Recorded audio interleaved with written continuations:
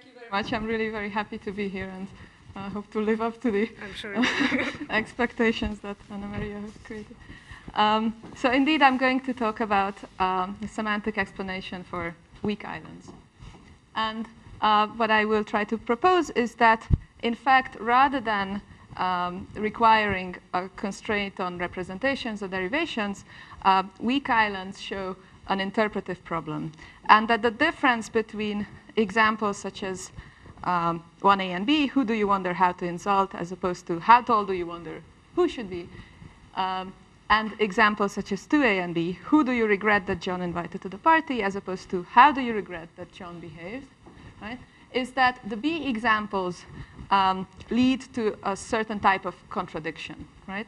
And that's why you have an interpretive problem. Now, that will lead me to a second question, which is, well, fine, but why would a contradiction lead to ungrammaticality, right? Because we can have contradictions such as I'm here and I'm not here, right?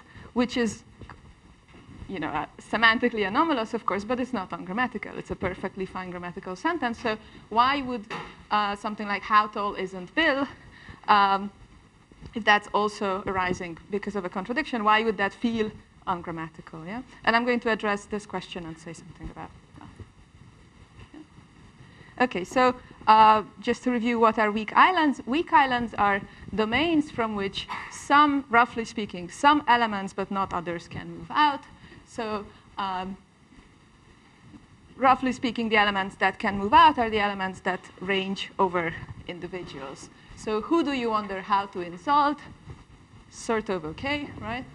Certainly better than how do you wonder who to insult, or how tall do you wonder who should be. Yeah? Where in the second two cases, what you're trying to move out from the domain of the WH island is question verb over manners, or degree question. Right? And the same kind of contrast you find in many other contexts. So for example, factive islands have the same property. An individual can move out from the domain of the factive verb. Who does John regret that he invited to the party is fine, but how does John regret that he fixed the car? How tall does John regret that he is, right? These are quite weird. Yeah? And the same you find in negative contexts. Who didn't John invite to the party? OK. How didn't John behave at the party? How tall isn't John? It's not good. And there are many other examples with quantifiers and so on. Yeah? No, this goes the wrong way. Yeah, OK. So the standard syntactic solution is, of course, due to Rizzi, as you all know. And that's the solution based on relativized minimality. So what does it say? It says, roughly speaking, that there are certain domain-creating elements, such as how, or effective verb like regret, or negation, and so on, which have some property A. And if you try to move out another element from this domain, which also has a property A, so another similar element, then that movement is only going to be possible if the moved element has some extra properties. For example, is referential or specific or something, right?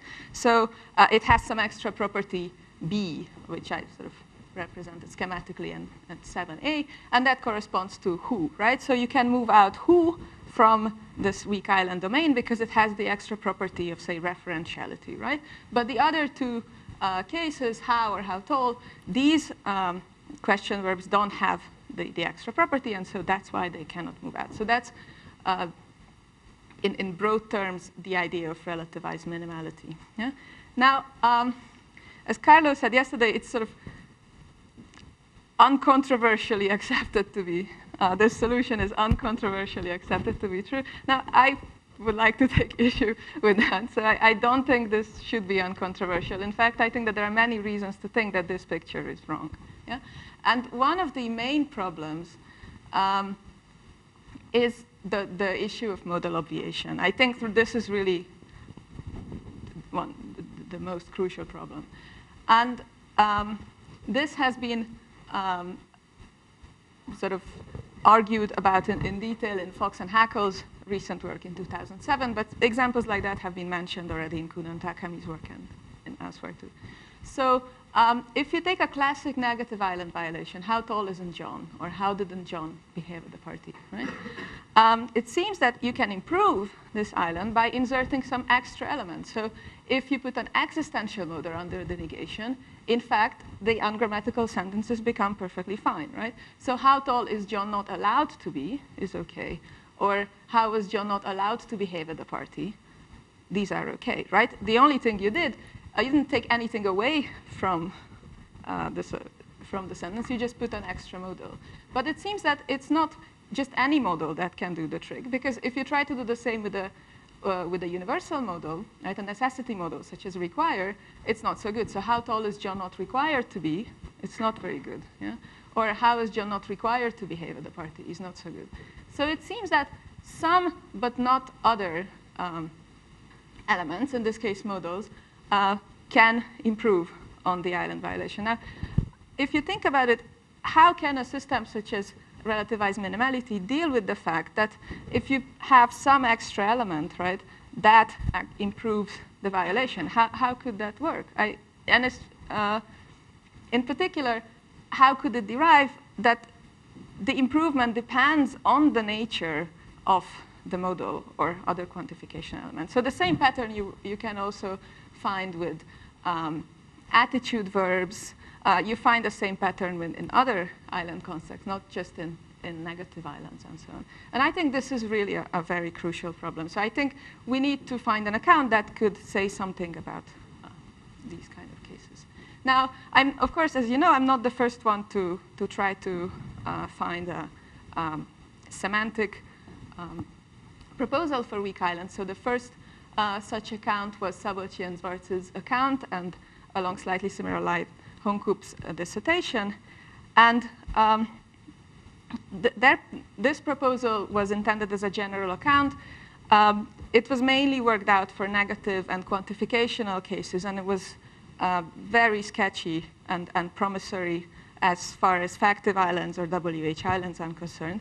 And it's, as in its current state at least, it also doesn't extend to the modal obviation effects. Now, there have also been sort of domain-specific accounts. So there have been proposals about negative islands, most famously by Ruhlmann. Ruhlmann, in his dissertation, proposed a very interesting account for negative degree islands, so how tall isn't John, based on von Stehol's work.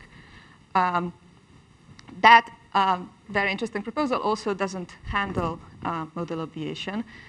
More recently, Fox and Haeckel gave an account for, again, negative degree islands, where they have argued that the unacceptability of these islands is because there is no maximally informative true answer that you could give to them.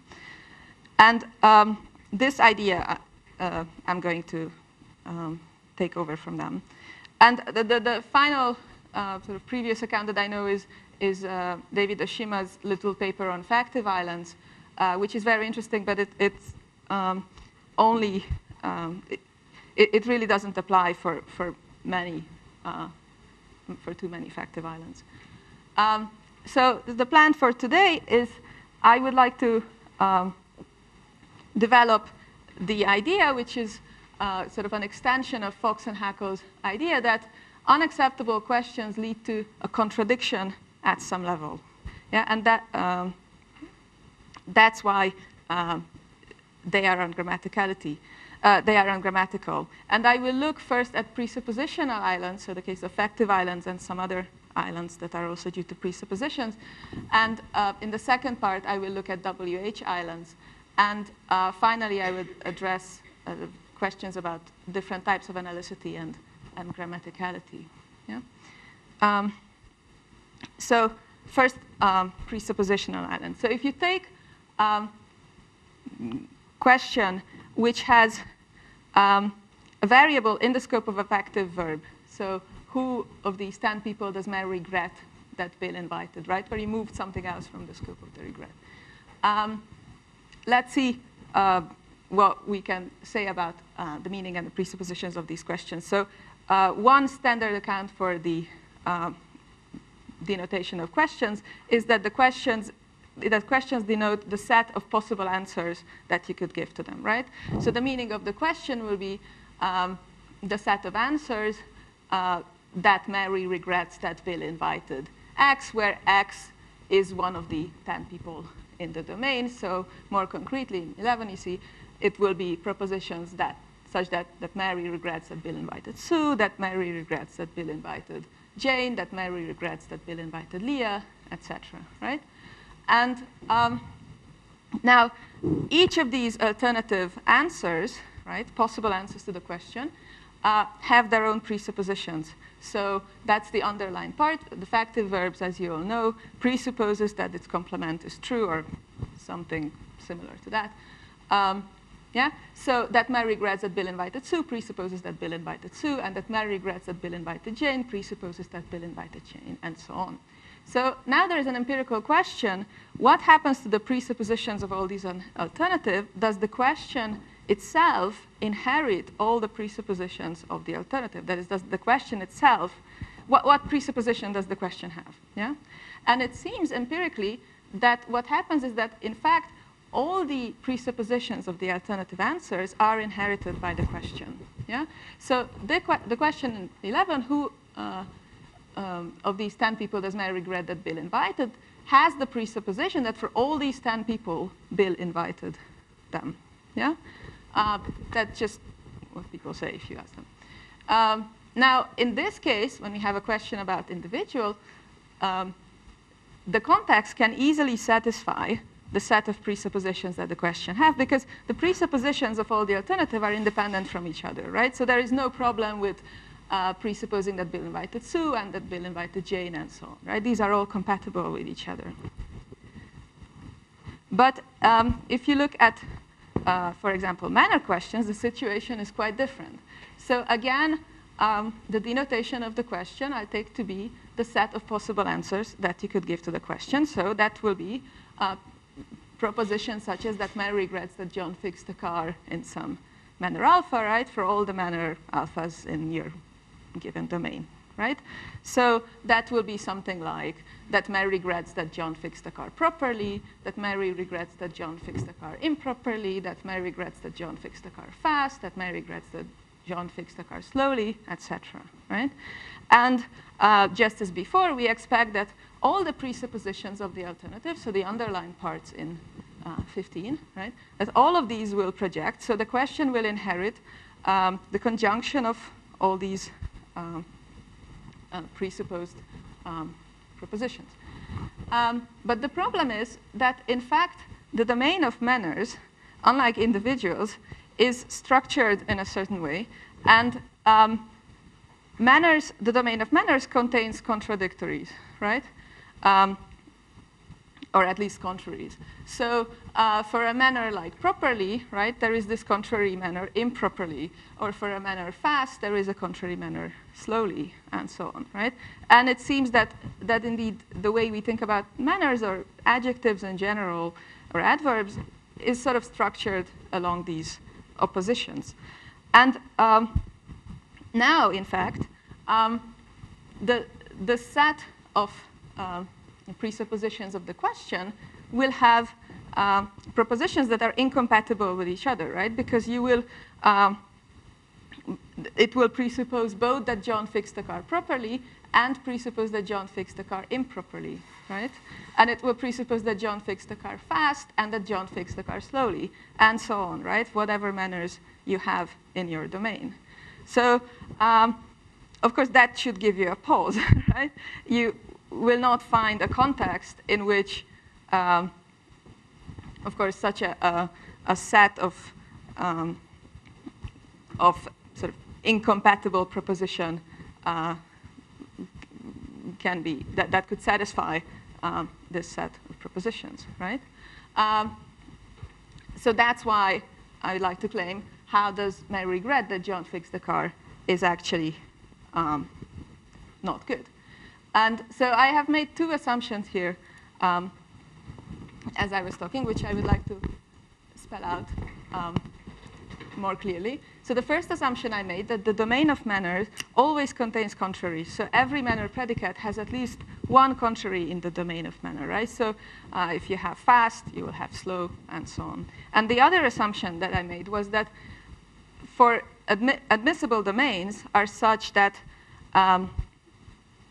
they, if they contain some manner alpha, they will also contain its contrary manner as an alternative in the domain, right? So you might restrict your domain in any way you want, right? Given some context, you can have a restricted domain of manner that is, say, relevant for fixing the car or so on, right? But however you restrict it, it has to respect this constraint that it will contain contrary manners. Yeah? So, well, you might ask, OK, this is fine, but what about a question like, in what manner does John regret that Mary fixed the car, right? It should have exactly the same problem, but it's a much better question. Now, actually, it seems that this question is crucially different from the previous one in that here we're dealing with an identity question. So roughly speaking, the meaning of this question is for what manner alpha. Alpha is the unique manner such that Mary regrets that John fixed the car in that manner. And now the alternative answers to this question will be of the form that the manner such that Mary regrets that John fixed the car in that way is alpha, right? And here, the interesting thing is that, in fact, the factive verb isn't the restrictor of this definite description. So this is a definite description, right? The manner such that Mary regrets that fixed the car is blah. And the factive verb, the presupposition trigger, is in the restrictor. And we independently know that restrictors of quantifiers are special when it comes to presupposition projection. Namely, presuppositions don't project or project very weakly from the restrictors of quantifiers. So normally, for example, you have universal projection for a quantifier such as no one. So for example, none of these students know that their father is a spy seems to imply that for all students, their father is indeed a spy, right? But if you put a presupposition trigger in the restrictor of no one who is aware that he's incompetent applied, you don't have a universal projection. You don't presuppose that all of these students or all of these 10 boys are incompetent. So it seems that whatever presupposition you might trigger in the restrictor of a quantifier, well, that, for whatever reason that we don't understand, as far as I know, nobody has an explanation for this fact, but it doesn't project. So then the only presupposition we have is going to be the presupposition of the definite description, which is just that there is some unique manner beta such that Mary regrets that John fixed the car in beta, and that is easily satisfied. So this is why in this question we don't have a problem. Now, a similar explanation can be given for degree factive islands if you assume that degree predicates actually denote relations between individuals and intervals. So that tall is a relation between some interval and an individual, right? And in this case, the meaning of a question, how tall is John, will be roughly something like for what interval John's height is in that interval. And this has been argued for recently in Schwarzschild's and Irene Heim's work in the context of comparative expressions. And if you take this assumption, then, of course, the alternative answers for a question like how tall is John will range over intervals. So it will say that John's height is in intervals, say, 0 to 180, or that his height is an interval from 150 to 200, and so on. These will be your alternative answers. And the idea for how tall is John is that among these alternative answers, suppose that John's actual height is 180. Yeah? So one of the alternative intervals would be the very small interval, right, the point-like interval 180, and that will be a true answer. There will be many other true answers which contain this interval, right? So say 160 to 200 will also be a true answer, right? The most informative of these will be the smallest interval, right? Because if it's true that John's height is in this very small interval 180, it will also be true that it is in every interval that contains this, this small interval, right? So there'll be many true answers among your alternative propositions, and you, in this case, can select one answer which is true and entails all the other true ones, right? So that's kind of the reasoning behind the interval thinking. Is that roughly? OK, so now if you ask a question, how tall do you regret that you are, right? Again, it will mean something like, for what interval I, you regret that your height is in that interval, right? And just as before, we expect that the presuppositions of all the alternative will project. So you regret that your height is in interval, say, I don't know, 100 to 150. You regret that your height is in 180 and 250 and so on, right? And all these presuppositions will be inherited by the question, just as before. I mean, this is what we sort of mechanically get from the meaning of the question and how presuppositions project in questions. And so now the presupposition of this question, how do you regret that you are, will be that indeed for every interval in the domain, you believe that your height is in that domain, right? So you believe your height to be contained in every interval, which is impossible, right? So you will have lots of incompatible propositions that the question each presupposes. Now, a fairly similar explanation can be given to many other examples. That is an explanation among these factive lines. So to whom do you regret having shown this letter, as opposed from whom do you regret having gotten this letter, was argued to be a case of weak islands by Szabolcsy and Schwarz. And here you have the same problem, because you could show the letter to many people, right? So it's fine to presuppose that you regret. It's fine to presuppose that you've shown the letter to many people, but you can't get a letter from many people, right? So if your alternatives range over many individuals, you will have a problem.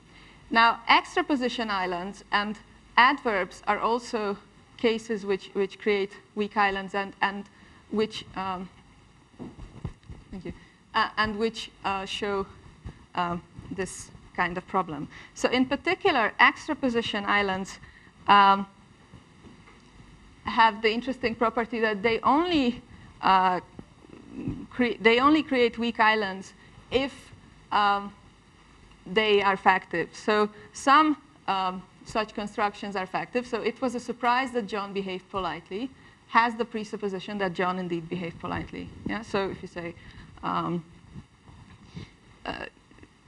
if it was a surprise that he behaved politely, then I don't know, Mary's happy, whatever. In that case, the presupposition still projects out of the antecedent of the conditional. And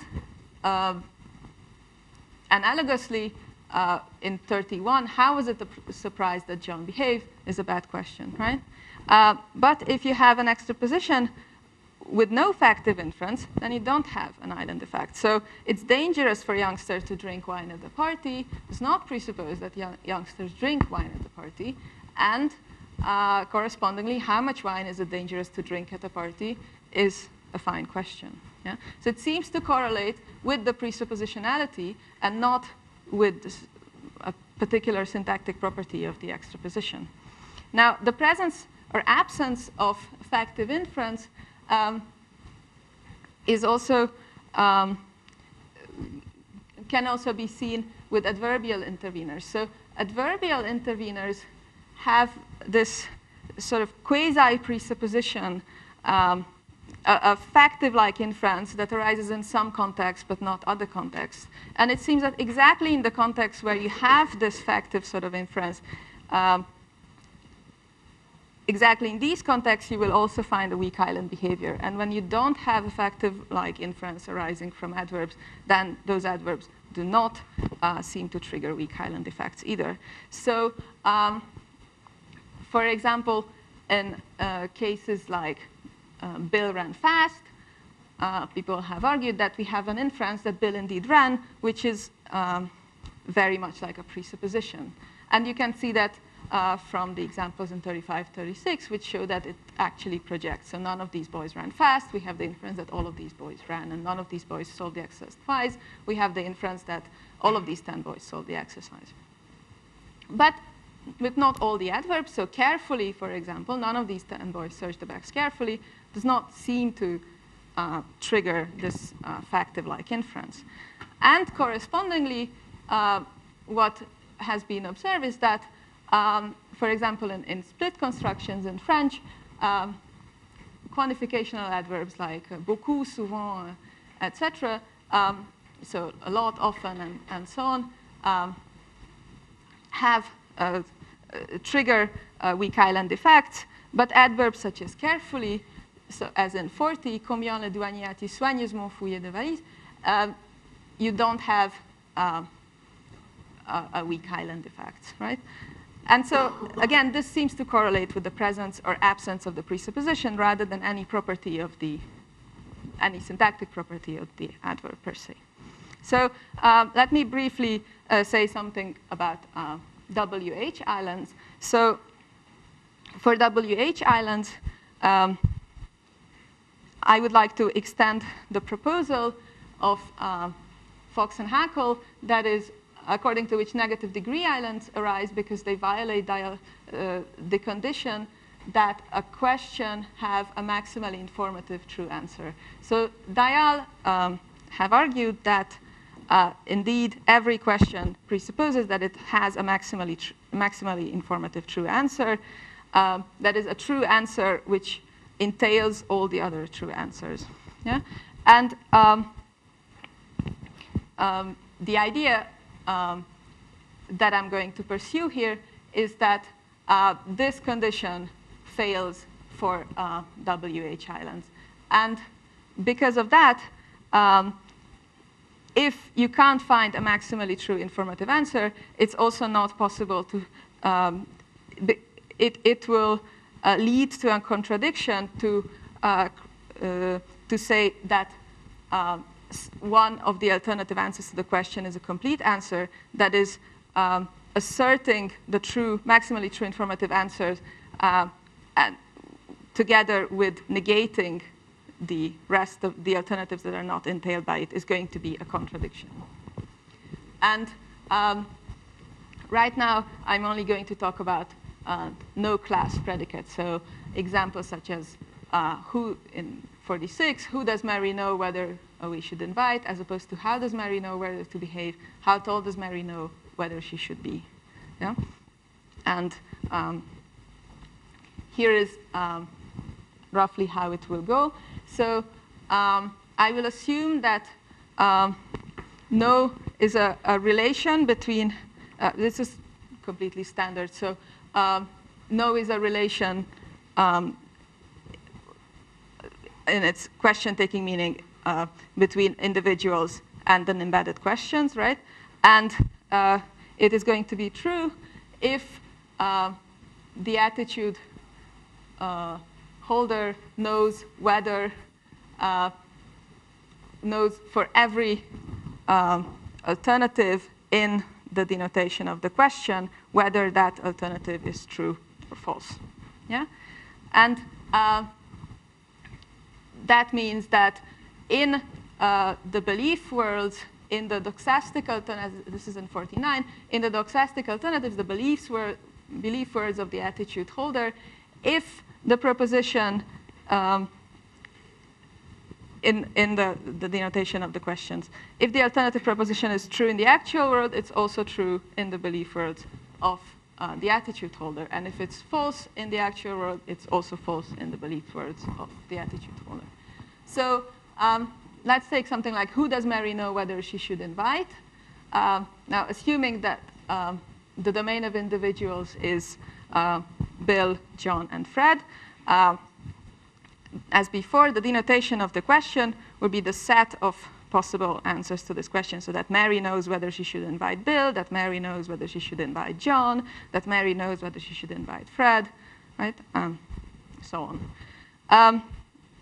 Now, given the lexical meaning of know, we could represent these propositions above as follows. So this monster in 51 says that in the belief world of John, if it's the case that Mary should invite Bill in the actual world, then it's also the case, according to his belief, that Mary should invite John. And if in the actual world it's not the case that he should invite, then also in the belief words of John, it's not the case that he should invite. And so on for all the rest of the alternatives. Yeah?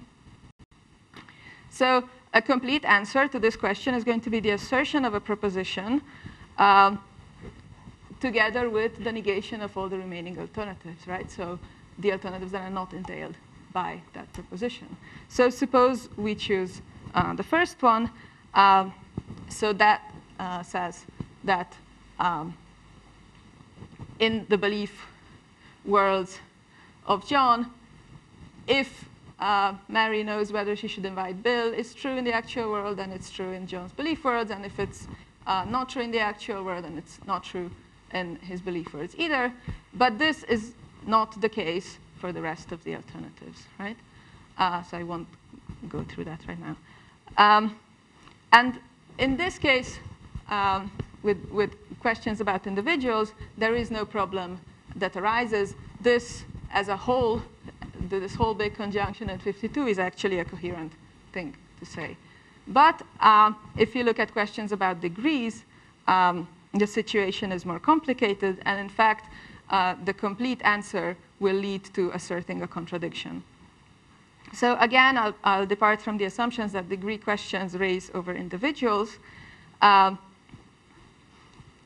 just as before. And so now, for a question like, how tall does Mary know whether she should be, right? Informally, it will have a denotation as in 56. So the meaning of this question will correspond to the set of alternative answers that Mary knows whether her height should be in interval 1, that Mary knows whether her height should be in interval 2, that Mary knows whether her height should be in interval 3, and so on for all the intervals in the domain. So a little bit more precisely, right? We can describe this set as follows.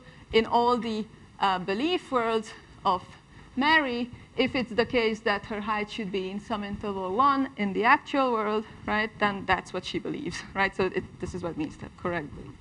And if it's not the case that her height should be in interval 1 in the actual world, then it's not the case that she believes that her height should be in interval 1. And so I represent this as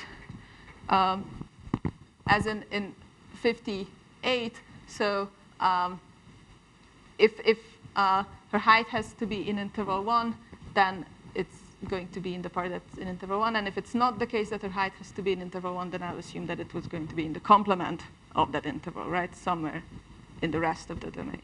So now take 3 intervals, 1, 2, and 3, as I have depicted it on the picture, which have sort of these kind of properties.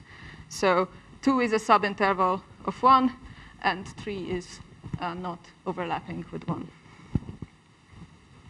So suppose in this case, we try to assert that the first alternative is true and the rest of the alternatives are false, right? So these are the alternatives do not entail each other, so that should be possible. So we try to say that Mary knows whether her height should be in interval 1, but she doesn't know whether her height should be in interval 2, and she doesn't know whether her height should be in interval 3, right? That would be the complete answer. And here is the problem that we find. So dm represents Mary's height. So suppose, so there are two cases. Suppose that the Mary knows whether her height should be in interval 1 is true because she has a belief about her interval actually being in interval, about her height being in interval 1. So that's dm. Okay? So it's the case in the actual world that her height has to be in interval 1, and that's what she believes. Right? Suppose that's why the first alternative is true. But now you have to say that she doesn't believe that her height is in interval. She doesn't believe whether her height is in interval. Sorry, she doesn't know whether her height is in interval 2, and she doesn't know whether her height is interval 3. But that's going to be a problem because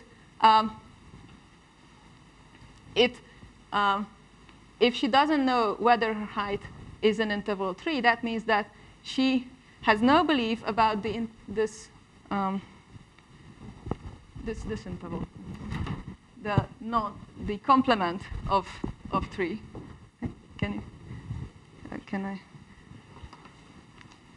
Yeah. This. Well, okay. It's yeah. Use this one. Oh. Yeah. Just push here. Okay. No. What do I need to push? Here. So for this interval, right? So if you're negating the alternative that she doesn't know whether her height is in interval 3, will entail that she doesn't know whether her height is in this interval. And that can't be true because that interval, right, contains interval 1 about we said that she does know that her height is in that interval. So it's not possible for her to not know about this interval, whether her height is in there, if she knows that's in 1, because this is a bigger interval and it contains 1.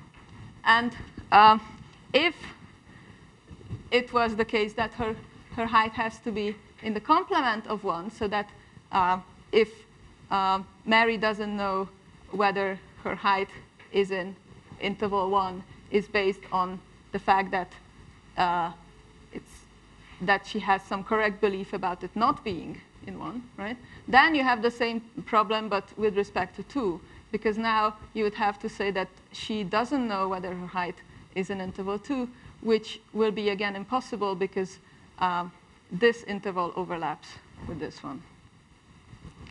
And so by now we have derived that the complete answer actually states a contradiction because it states that Mary knows that her height is in interval 1, but that she doesn't know that her height is in interval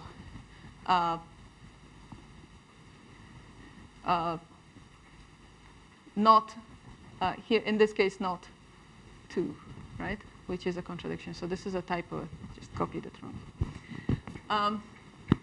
Yeah. So you might illustrate the problem that arises as with the following. So it's the whole assertion in 64 is contradictory, right? So Mary knows whether her height is between 0 and 5 or between 5 and 10, but she doesn't know whether her height is between 0 and 3 or between 0 and 10. And she doesn't know whether her height is between 0 and 5 or between 0 and 7 or between 7 and 10, right? So this whole thing is contradictory. This can't be, right?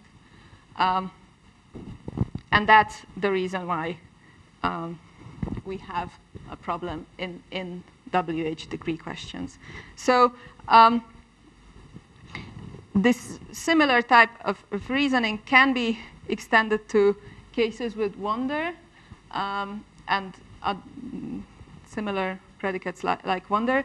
But there, I think, there is more contextual variation. And in fact, wonder is much more context sensitive. So we can talk about that in the question period. And in fact, you don't have this type of account predicts that you shouldn't have such tough violations as with no, and that you could contextually make questions that wander better, which I think is the case. And also embedded WH constituent questions can have a similar account as the one I presented here. And what happens is that, in fact, we sort of reproduce the same problem multiply if you sort of go through the derivations. And so that will show you the same problem. So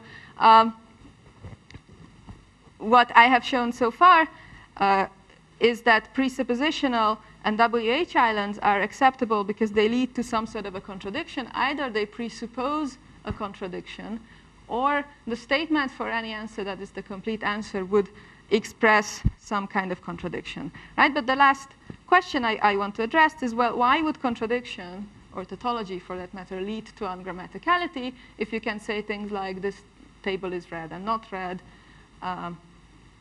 right? Which is a contradiction but not ungrammatical, yeah? So, oh, pressing the wrong thing. Okay. So now it seems that there have already been quite a number of proposals where people have argued that some unacceptable examples are unacceptable because they lead to a contradiction, or in some other cases, a tautology.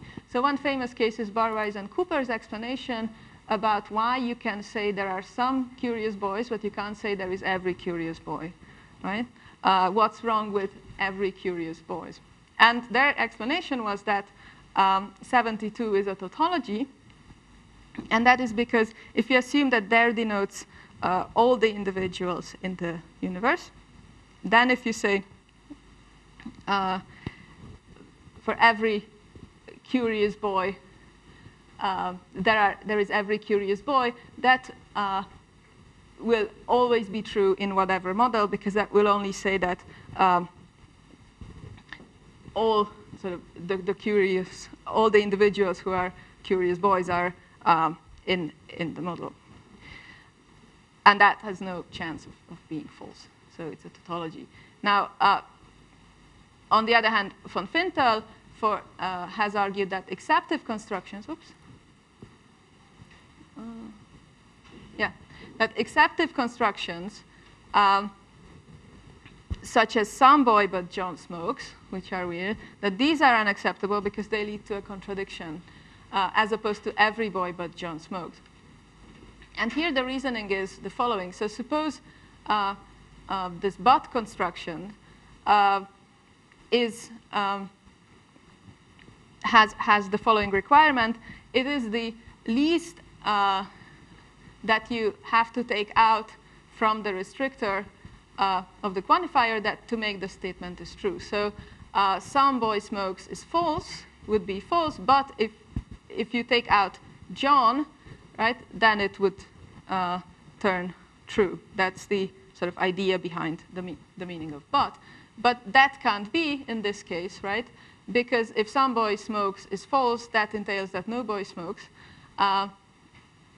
But it would, according to the meaning of but, it should become true if you only took out John from the domain, and that can't be. So this leads to a contradiction. And that was von Fintel's argument. And there are further examples of this kind of reasoning.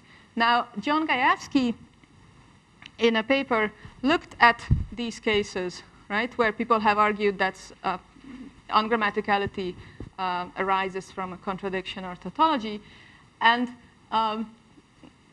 he has discovered that these cases have something very special, as opposed to the contradictions that don't lead to ungrammaticality.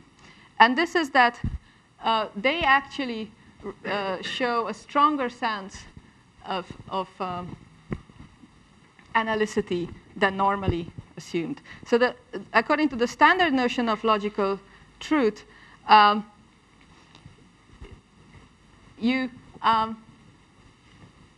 logical truth is defined as satisfaction for all assignments under uniform replacement of every non-logical word by a variable of an appropriate type, right? So it is raining or it's not raining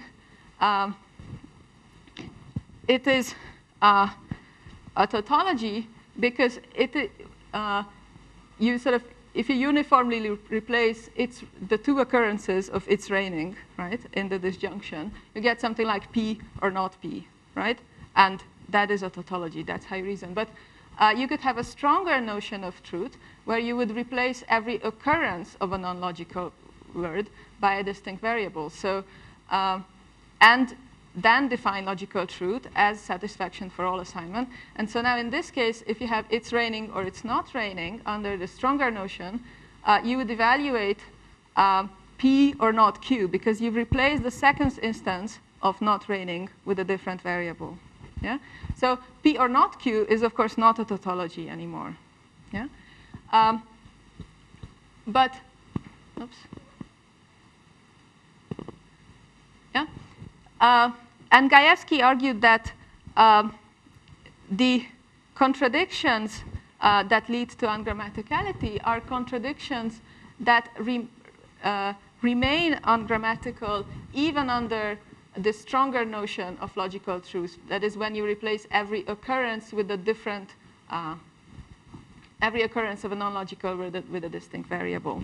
So in the previous cases, for example, there is every curious boy, even if you replace the non-logical words with distinct variables, you still have a tautology. It doesn't depend on the whatever the notation of boy is or curious, right?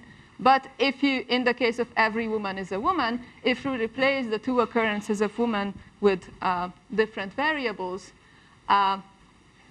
then we cannot deduce the triviality more, and then this sentence is not a tautology anymore under this stronger notion of logical truth. And, oops, yeah, and so Gajewski has argued that the sentence is ungrammatical if its logical form contains an L-trivial constituent, that is a constituent that's analytical, that is contradictory or tautologous in the stronger sense. And that, oops, I'm going in the wrong direction. And that is also the case with these island constraints. So if in the logical skeleton, thank you, if in the logical skeleton of the question, you replace the non-logical parts of the sentence with distinct variables, and then you look at the presupposition of the question, the presupposition is contradictory independently of the value of the variables still. But there are some provisos for this to hold. And the provisos are that first, this is easier. You have to keep the variables in the alternative answers the same, except for the question word. So that's fine. But you also have to make sure that you keep the presuppositionality of the matrix first in your replacement. So there are some qualifications that we need to add here for it to really fall under Gajewski's generalization. But in principle, sort of that account seems to extend here and predict correctly why this kind of contradiction is different from the contradiction that doesn't lead to ungrammaticality. Okay? So I started with arguing that certain allegedly syntactic constraints of natural language should be thought of as showing an interpretive problem. But in fact, now I've arrived to the statement that, in fact, these interpretive problems are crucially constrained by certain logical properties, in that sort of this logical and non-logical items play different role. And these can be read off from the sort of the logical or syntactic skeleton. So in some level, it is, you might argue that it's sort of syntactic in this abstract sense, right? And I have been arguing that there is this deeper notion of contradiction based on logical words following Gajewski, and that it seems that we might actually need a distinction that's even more subtle, slightly. And so some questions for further research are what allows us to keep the variables in the alternatives fixed, and why do presuppositions enjoy a special status with respect to the computation of these L analyticity. Okay, so I think I'll stop here. Thank you. Whatever. We have somehow a similar story to account also for islands in the subject, so presuppositional islands, following our intuition are subject islands, in fact. But we have a syntactic derivation for that. What I was wondering if I am, so we use a distinction of predicate, individual level and stage level predicate. And you, in fact, use another definition taken by IAMS, what's assumption about intervals. Is that any different with respect to stage level predicates, or pretty much the same thing? No, I think it's the same.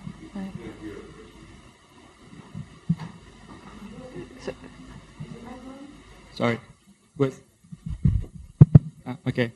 It was related to the fact if they use this assumption about intervals and we are using a stage level predicates assumption. So was the same thing or not? Okay, yes, the same thing.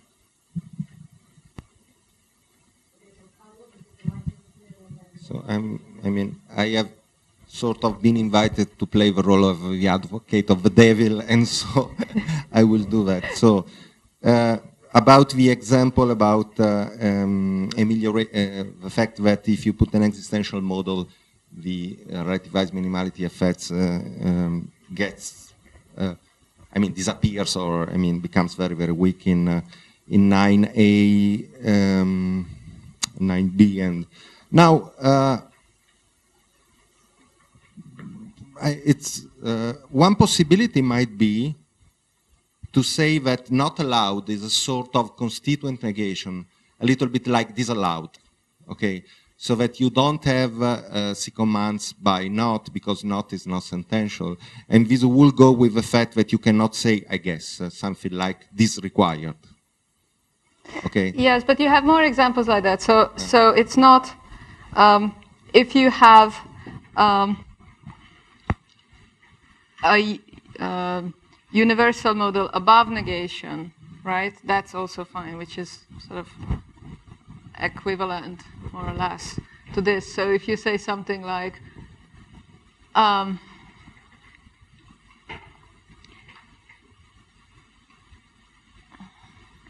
tall is it required that John isn't, I think, yeah? It's not. So for there has example, been some examples like that. Assuming that this sentence is natural enough, I'm not a native speaker of English, but something like, how wasn't John allowed to behave at the party? Is it a relativized minimality violation or not? How wasn't John? Because this will be a case in which you cannot really imagine that it is constituent negation. So maybe it will be, from my point of view, a stronger counterexample to relativized minimality than 9A, assuming that this sentence is fine, of course. Well, I don't see any difference, really, but I'm not a native speaker, so... But because this not allowed, as, Yeah, but I mean, you have similar facts with others, so also with attitude verbs, I think, so... how...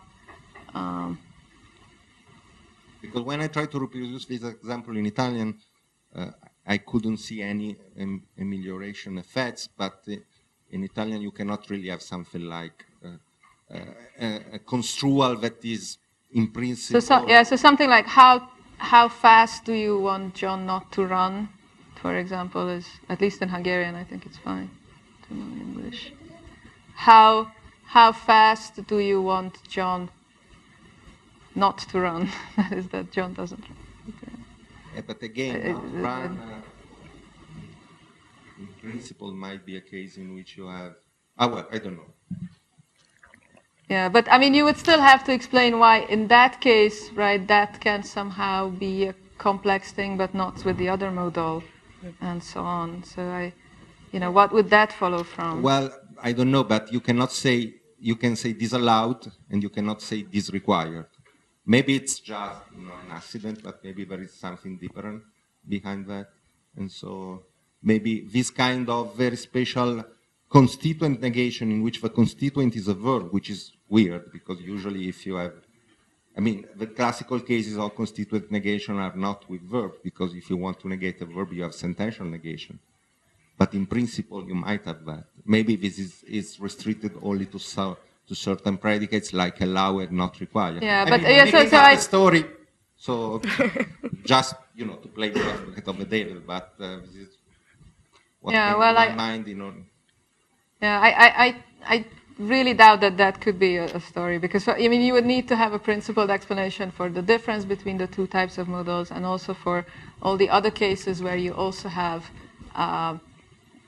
modal obviations, where you have a universal modal above negation, which is also fine, or in the attitude word. So I doubt that could be true. Cedric had a question. Yes. I have a very narrow question and then a somewhat broader question. The narrow question is, if this story is on the right track, what do you predict in terms of, or how would you handle the variation that's been reported in the literature across languages when it comes to those weak island effects? So, what are you thinking of exactly? So, well, I mean, there are many cases. Perhaps the one that I have in mind, first and foremost, is the study by Stepanov on factive islands in a variety of languages, showing that the factive islands are much closer to strong island effects in some languages, whereas they are really weak islands in others, like English. And so I'm wondering if a story of the semantic kind is on the right track. How would we capture that kind of variation? Well, so I mean, there are two types of thing I think you can look at. So one is, if it's concerned with the factives, you might look how presupposition projection works in that language. So there might be differences among languages with respect to what kind of presuppositions some elements trigger and how they project. That's a possibility. But it's also a possibility that you need to look at other factors in language. So in Hungarian, for example, WH islands are also rather like weak islands if they have tense, right? So even from tense WH islands, you could extract, say, individual questions. And it seems that has a lot to do with, say, for example, object agreement in Hungarian and so on, which, right, object agreement might be analyzed as some sort of pronoun or something which might help. And I think, to really evaluate these claims, right, and that if you have that, then that might explain, say, this kind of language variation. So I think if you look indeed, to really answer that question, one would have to look in detail at a particular language and see, okay, it behaves differently, but what other factors there are that could explain the difference. Like, for example, in Hungarian, the fact that it has morphological object agreement might play a role, and so on. So I think there is still room to predict the variation, but it's correct that if everything else is absolutely equal, then I think we should not find variation. I mean, that's fair. And then the broader question, it's a bit vague, but one of the concerns that I've always had with semantic approaches to islands, like the Szabolcsy and Zwartz, for example, was the amount of the amount of power of the semantics models that were needed to get the facts. And so my question was, given your take, given your results, how minimal should the semantic components be, according to you, to still capture these facts about islands? So how much power in the semantic component do you need to capture those islands? So what do you mean by power? So in my understanding, didn't add any semantic assumptions to capture these facts. So I didn't use anything that wasn't independently motivated in the semantic literature. I didn't use any ingredient here that wasn't only there. All I looked at was, presupposition projection, what the semantics of degrees, people completely independently of island think. The projection facts are independent of island, the question denotation is completely independent of island. So it's not that I replaced some syntactic constraint with a semantic constraint in my mind, right? So I don't think there would be any value in doing that. Who cares whether it's coming from syntax or semantics at some level, right? But I think that this account captures the fact without having to introduce any particular semantic constraint. It captures them just by, looking in detail what meaning the semantics actually derives for these questions and seeing that there is a problem. So I think, very often in the syntax literature, people talk about these islands in the sense that, well, it could be semantically meaningful, so it's clearly not a semantic problem, right? It could have a coherent meaning, but it's still bad, so it's syntax. That's kind of the reasoning. But I don't think that semantics works that way. So the semantics is a pretty stupid system in the sense that it doesn't think what would be a sensible interpretation for this. The semantics more kind of stupidly just, derives what the meaning of a certain expression is. And if that's not good, it's very hard for you to kind of go back and revise and come up with a different meaning. Oh, I could have computed the meaning of the question a different way than my system tells me to compute, and then I would have a sensible question. So that's not how it works. So I think you can't just say, well, it could have a sensible meaning. There is a meaning that the semantics gives you, and if that leads to a problem, then you're stuck a little bit. And I think that's what happens here. Even though, yes, we could think of a sensible interpretation, sure, but if that's not what you get, you can't get out of it so easily. So I don't know if that answers your question, but I don't think that you need an extra powerful semantics to derive these facts. You need your good old semantics, and just take it seriously what it says. I didn't mean you need something extra. I was wondering which semantic systems you need to assume that gives you the assumptions that you need to get the fact. So, for example, the clearest way of putting the question is Paul Petrosky has shown that there's a much more minimal semantics that, can derive some of the core facts of the Hyman-Kratzer textbook without requiring all the assumptions that's in there. And so I'm wondering, in a simpler system like his, would you be able to capture those island facts? That's what I had in mind.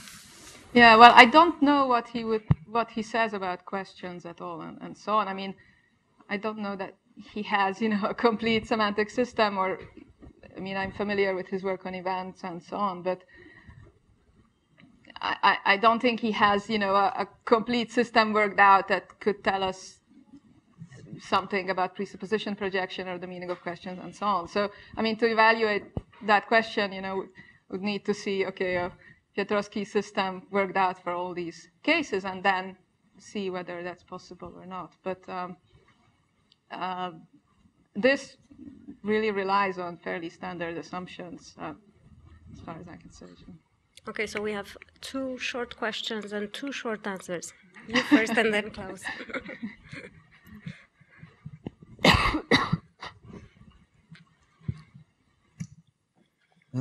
Yeah.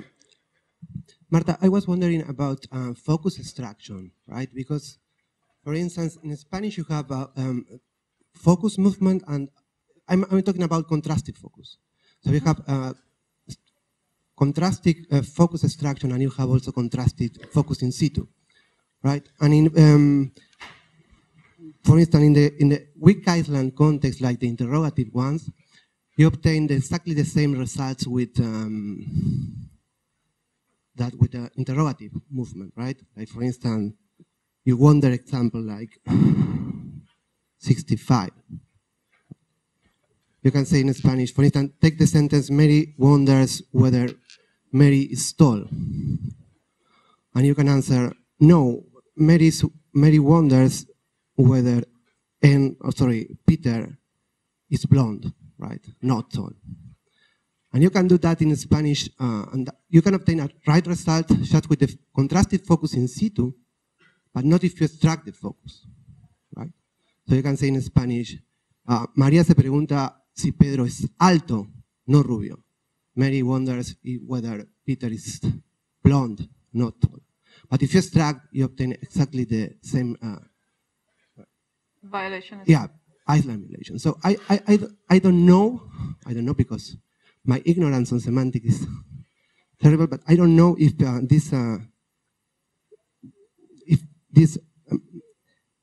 this contradictory approach to, I don't know how to call it, to Iceland can capture the difference between extraction and non-extraction. I have to say that, according to me, there is no clear difference between contrasted focus in situ in Spanish and contrasted focus by movement in Spanish, you see? I don't know if you are thinking in focus, I mean, if you are... Yeah, so I mean, the short answer is I don't know, really. The slightly less short answer is, in theory, I think it could be extendable because focus has its own implication, which is quite similar to a presupposition. I mean, and sort of seems to project like a presupposition. So in theory, that tells me that it could be extendable, but I'd really have to look at the facts in detail to see whether it works or not. So Klaus, for the last question. Yeah, I'm wondering too about the generality of the modal obviation fact. So what happens, like if you stick a modal under a factive verb, does that help? I mean, it should help with something like how on your story. That should help, because if you say something like, how does he regret that he may fix the car, the contradiction is gone. Yeah, and I think there are cases like that when it improves. So something like,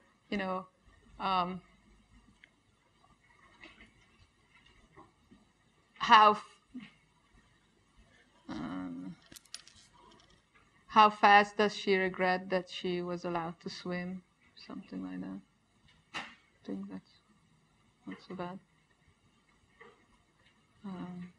Or take two negations. One in a higher clause and one in a lower clause. Yeah, so two negations don't help. That's, I think.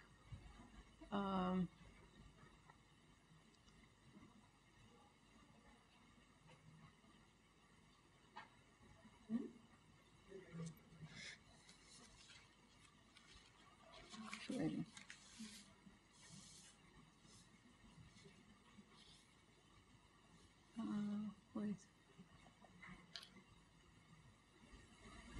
So I think what I'm saying is I would be more willing to say, yay ho, let's do this, if you could really show that it's really sort of the global semantics of it, and I think there are, so like this, how does he regret that he may fix the car? That just doesn't sound good enough for me.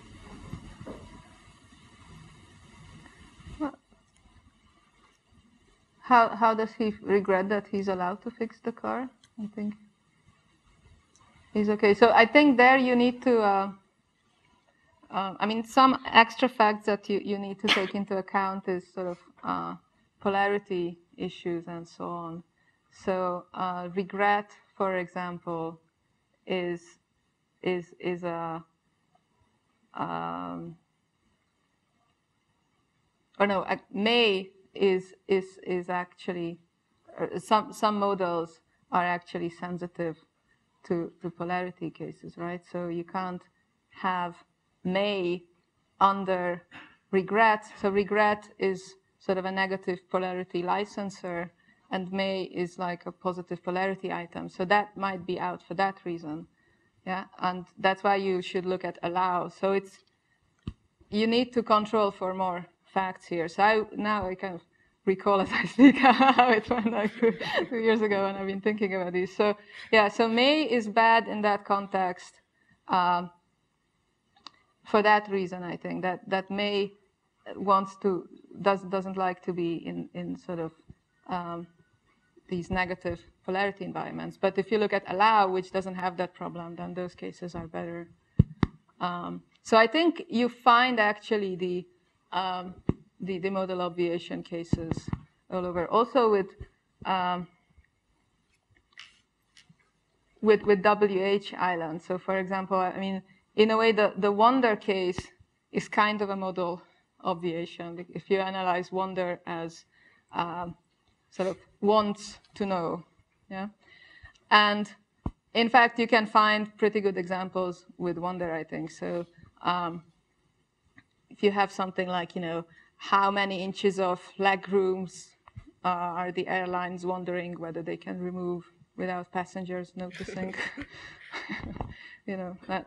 that's okay. And also with actual sort of models. So if you just say want to know, so how many? So suppose you have to take some sort of calf mixture. Suppose you're an Olympic athlete and you have to take some calf mixture that contains steroids. And so you should be very careful about your steroids, of course. And so WADA, the organization that controls for that wants to have exact knowledge of what you took. So I think you can say, how much steroids does the WADA want to know whether you took, something like that. Okay, so I think that's a case of model. So when you have want above the no is a case like that too. So I think that these are pretty general, but sometimes you have to control for the other effects. I mean, the double negation is more of a problem, I would say, and there I think again there might be other constraints that that play the role. But I think that the modal obviation itself is really pretty strong. So. Okay, so we need to stop. Thank you. Thank you.